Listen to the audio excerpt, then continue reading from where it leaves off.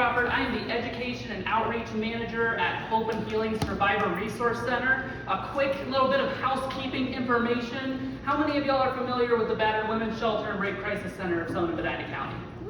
That's us. We're on the same page. So this, for some of you that may not know, we are in our 50th year of serving Summit County, which means we have been here longer than most rape crisis centers in most counties in Ohio, if not all of them, which is a really big deal.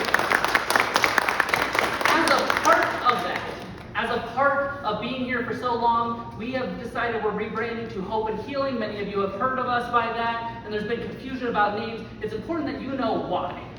Hope and Healing is becoming our name because we want to make sure our values and our missions are actually labeled in our names. For a lot of you that identify as male, you probably would not call a place called the Battered Women's Shelter, and justifiably. Someone experiencing a little bit of dating trouble would probably not contact the Rape Crisis Center. That would be incredibly intimidating.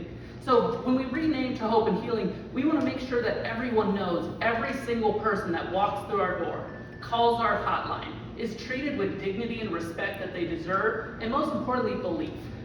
That's what we're all here for tonight, is to share a common cause of the belief that survivors deserve to not only be heard, but believed and receive the justice that they deserve. We want to make sure, thank you. Take Back the Night and other likewise events are very common across the country for this exact reason. People coming together for a common cause.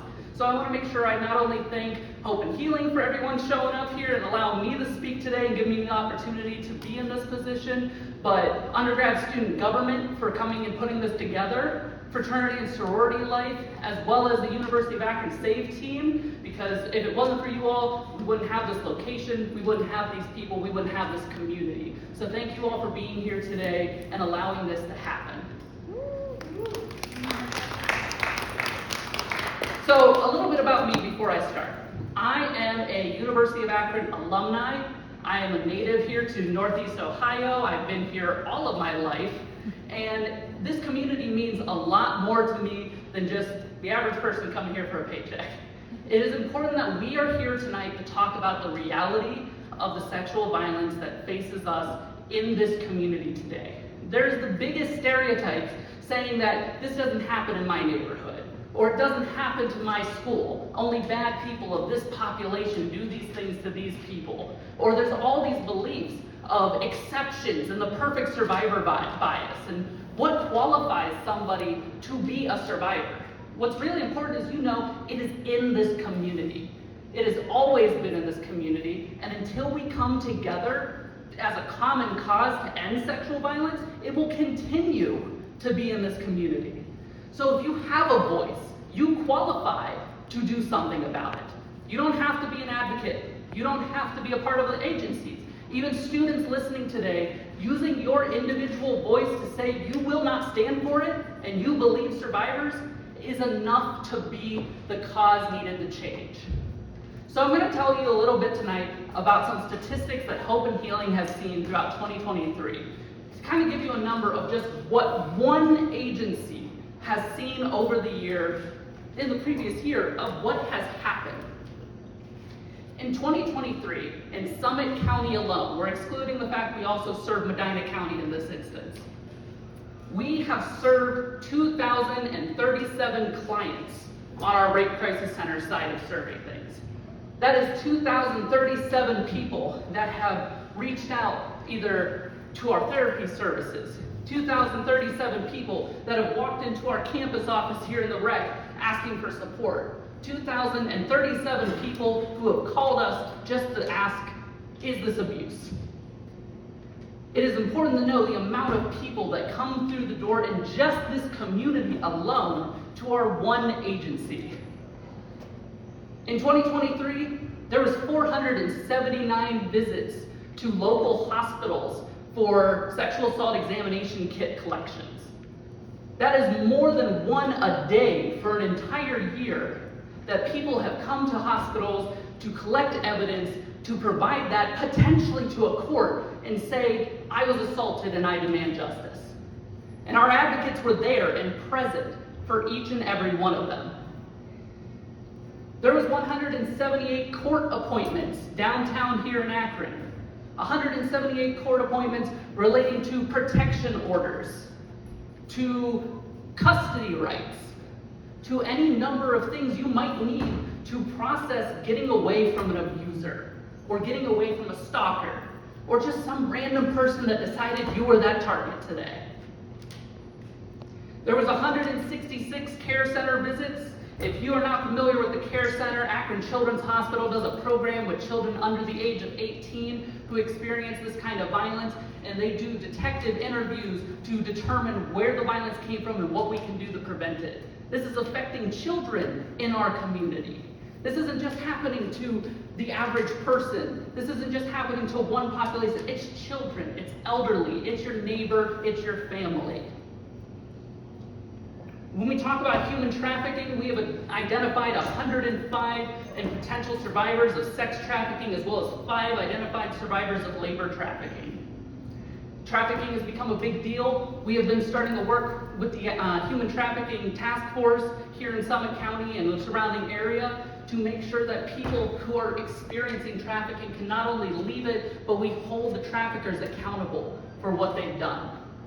There's one common thing through every one of these cases that every single one of them had in common. Someone spoke up. Someone talked to somebody. And the person they talked to listened. The instance that they were in, they were able to not only talk about the experience that they went through, but someone who was trauma-informed, culturally responsive, was on the other end of that, able to answer that call. If we did not have that, this number would go down. There are many places where that is not the case, and people are turned away because they did not have someone who believed them, that supported them, that was able to offer resources to make sure that they were okay. And it's more than just saying, I believe you. If you are a professional in this field and you cannot help them, walk them to their next appointment, either virtually or in spirit. Help them to their next appointment. Help them to that referral. You don't know someone that's going to help them. You know a friend that's going to help them. It is important that this is more than just a one and done average person we see in the community and we're done with it. This is a continuum of care that is lifelong. And if we are not providing that for our community as friends, family, professionals, we are failing the community. It's important that we are here because each and every one of us believe in the cause that survivors deserve to be believed, deserve to share their voice. It is important that every one of us don't just take this one opportunity to talk about the fact we support people.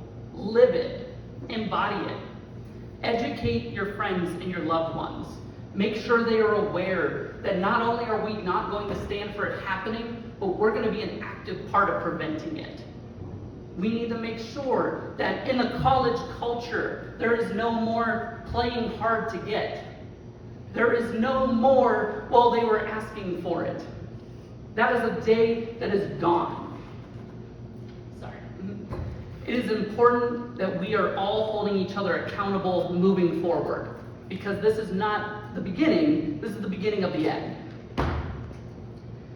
I want you all to really take home with the concept of do not let this be the last engagement you have.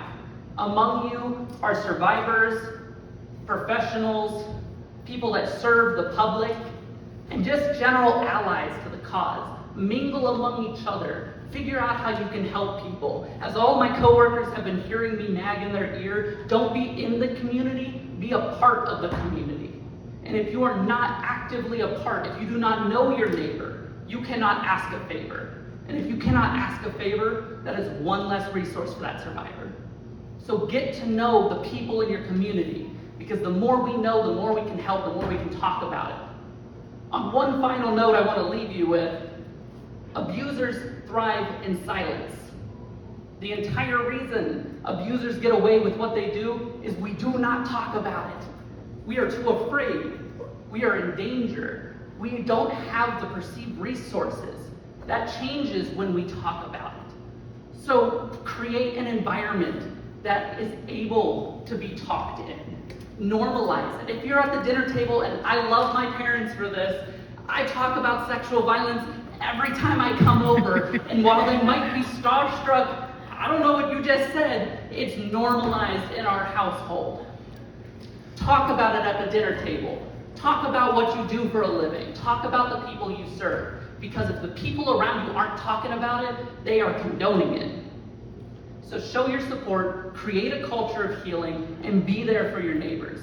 I want everyone to be able to stick around afterwards, mingle, talk to each other. There are plenty of people here that have amazing stories to share today. I thank everyone again for having me here today. Once again, I'm Nikki Crawford. I'm the Education Outreach Manager at Hope and Healing. If you need anything, come and find me. And thank you very much for being here today.